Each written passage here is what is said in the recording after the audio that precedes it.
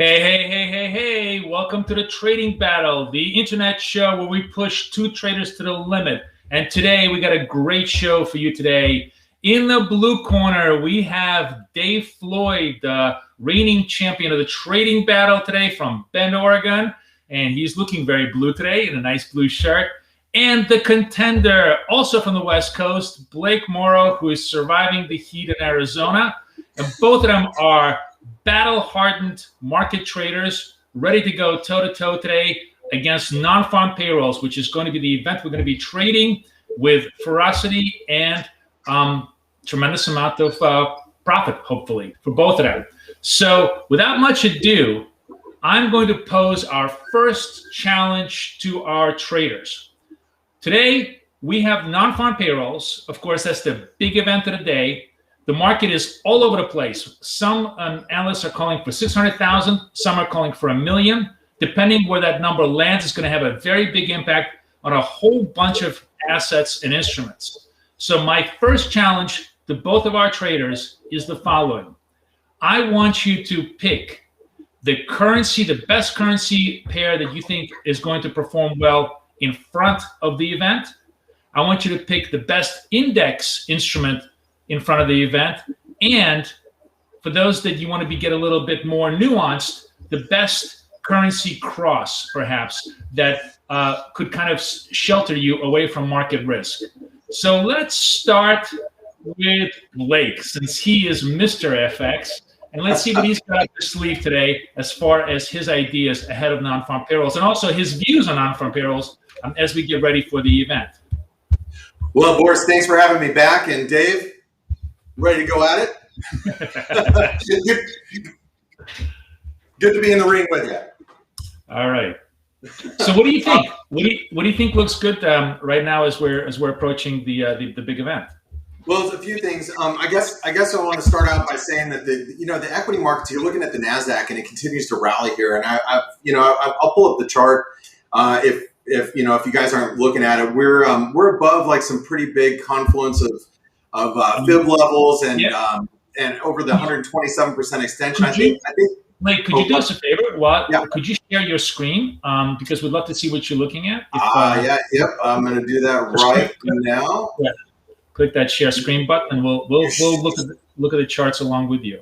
All right, awesome. Okay, there we go. We got it. So, if you see the NASDAQ, we're ripping up to highs, and on a weak data print, if we let's say we only create 400,000 or 500,000 jobs, let's just talk headline number. The NASDAQ should continue to rally. However, I'm actually gonna bet on the U.S. jobs report. I'm gonna bet the fact that we've had two kind of underperforming jobs reports, and I think the whisper numbers are correct. I think the whisper numbers coming in around 700,000-800,000. I think, and some of them are maybe even north of that. Right. I think they're There's right. one whisper number that's the million. Yeah. Yeah, and the fact of the matter is, if we create 1 million jobs, the stock market's really going to take notice. I think people are going to start thinking Jackson Hole, Powell's going to be a little bit more hawkish. We're going to talk about tapering, and maybe that moves that goalpost a little bit closer to us actually tapering and maybe even at a faster rate than the market is expecting. So I would, if you have to hold a gun to my head and say, hey, ahead of the job report, I know you are, and I'm not that type of trader, but I would be selling NASDAQ here.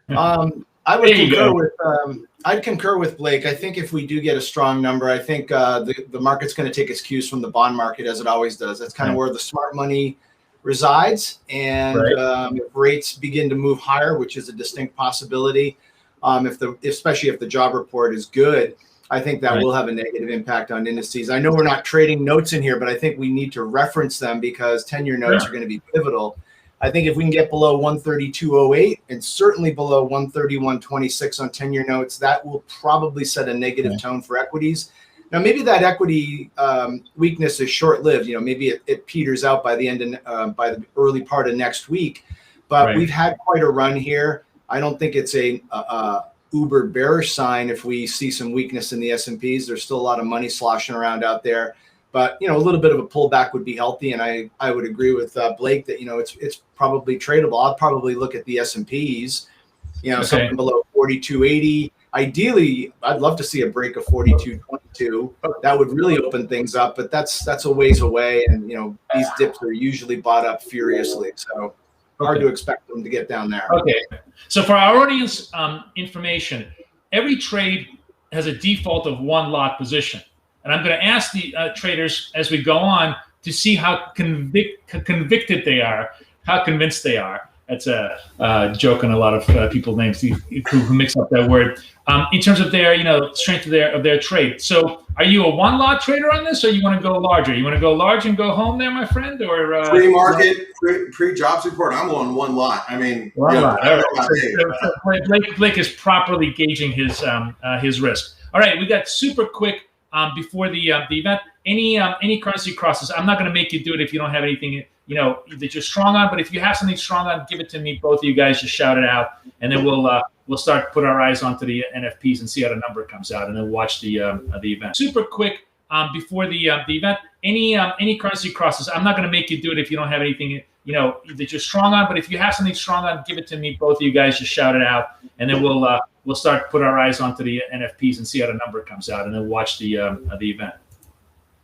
I'm still thinking of Euro Sterling. Euro Sterling. Yeah. Long short, Dave? I'm bullish on that. It's done nothing, but I think it's poised. Okay, NFP so Dave long Euro Sterling, and then Blake? Long Aussie New Zealand, and that's a good number.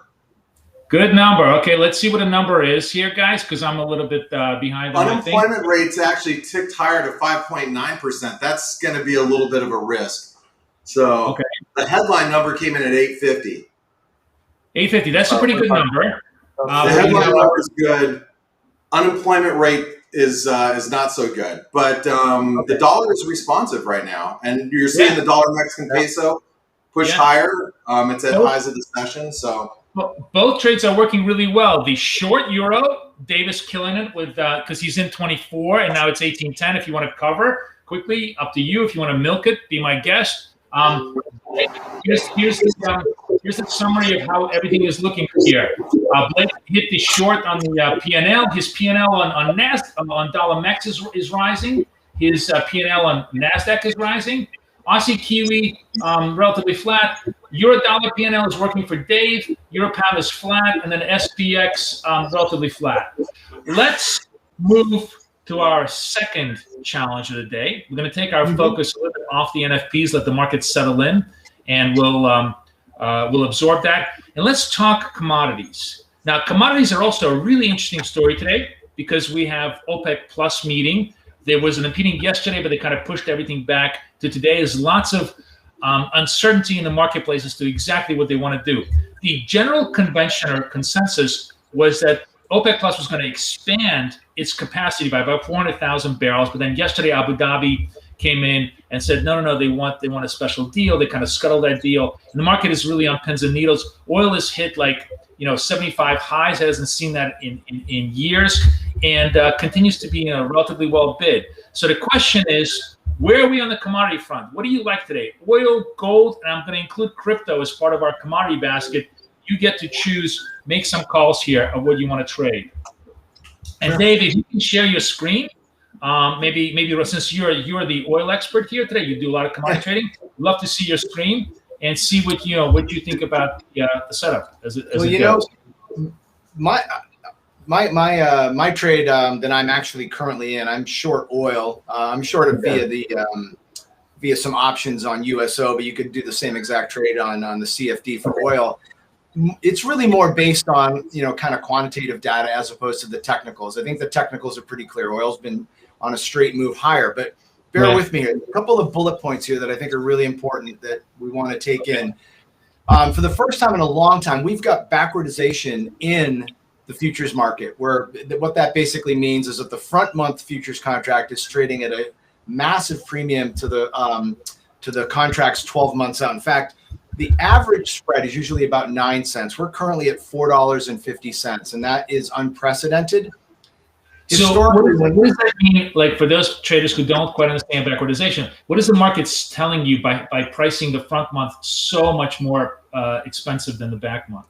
For whatever reason, they just feel as though they've got to be buying oil now, and it just creates kind of a really lopsided bid in the market. Most people think oil will be worth more 12 months out from now.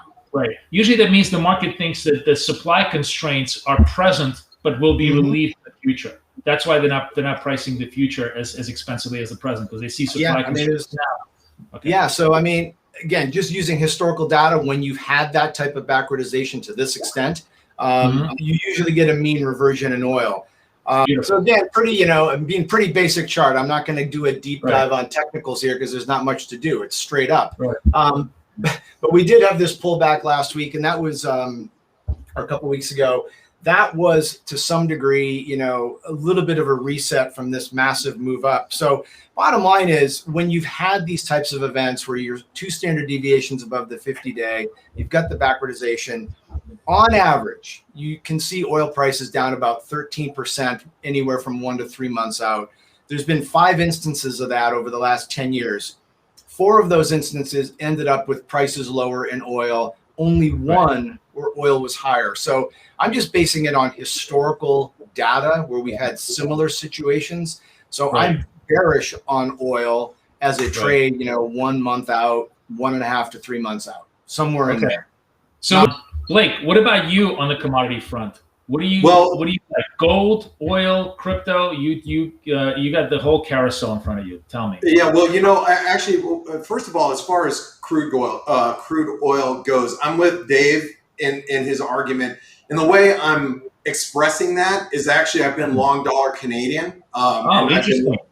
I've been long dollar Canadian for it's been a hell of a rally off of the lows. But we're in a bull flag pattern. I actually didn't want to step on Dave while he was talking, so I actually just personally I bought a little bit of dollar Canadian down below the 90s here, so back into the 80s because of this intraday trend line. But I think the dollar Canadian is going to be a great way for currency traders to express longs, or oil short if you don't want to be short oil outright. Great proxy.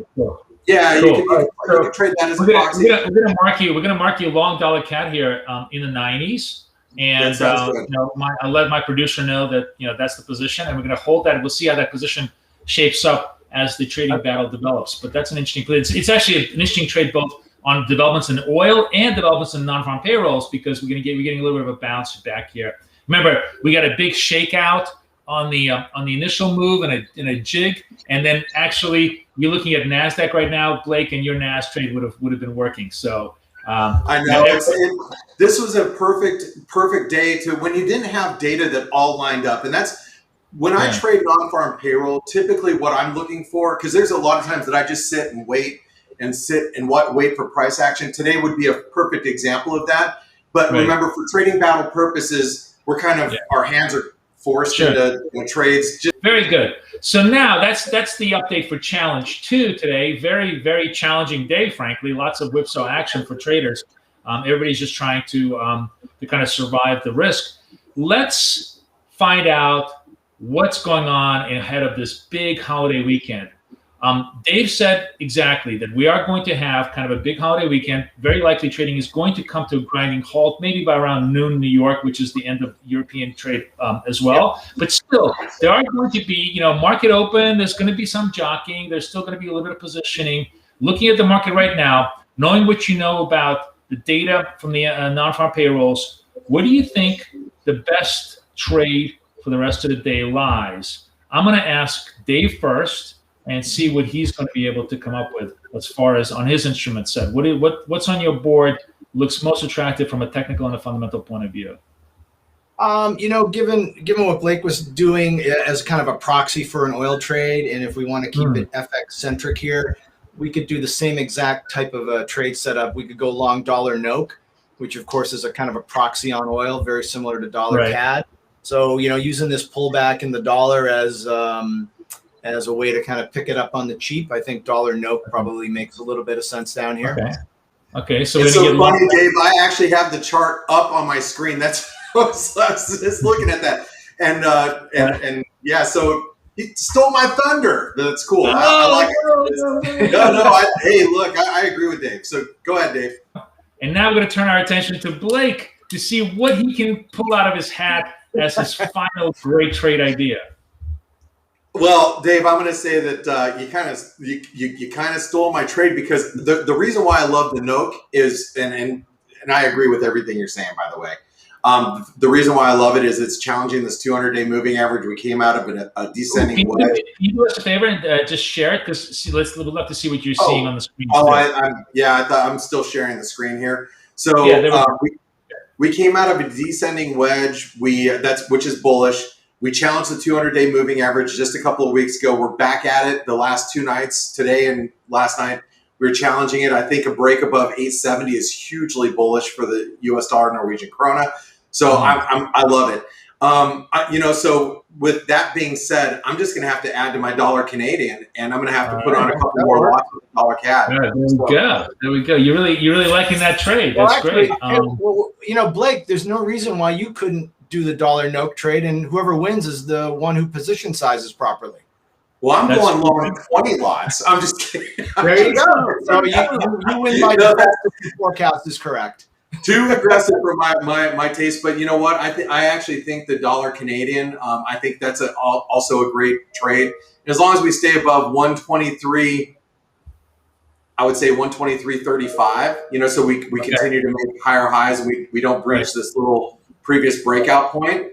I think adding a couple lots here is a reasonable trade.